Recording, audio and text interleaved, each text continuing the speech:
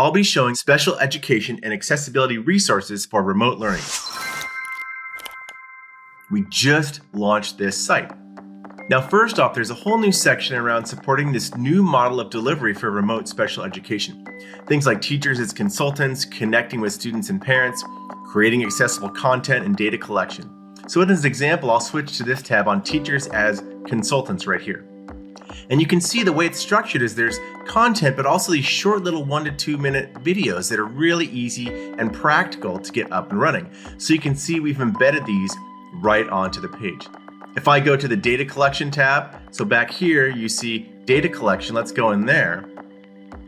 You can see the same thing, data collection using Flipgrid or Microsoft Forms, or these short little videos explaining exactly how to do things. We have a section on connecting with students and parents. So remotely as a special education teacher or someone who has accessibility needs and you're working with the parents and students, many different ways, whether it's virtual office hours, Teams, or Flipgrid. And then creating accessible content, really important during remote learning. So you can see all these ways that are these built-in and free, non-stigmatizing tools to create accessible content. Now back on this main page, I'm on the main page here. If I scroll down further, there's these supports for students. And this is really, really nice. Reading, writing, and math, executive function, speech and language, hearing, mobility, vision. These are the core Microsoft accessibility areas. But again, if I go to reading, writing, and math right here, I'll switch to the tab. We've got all of our pieces of content and training and tips right in here.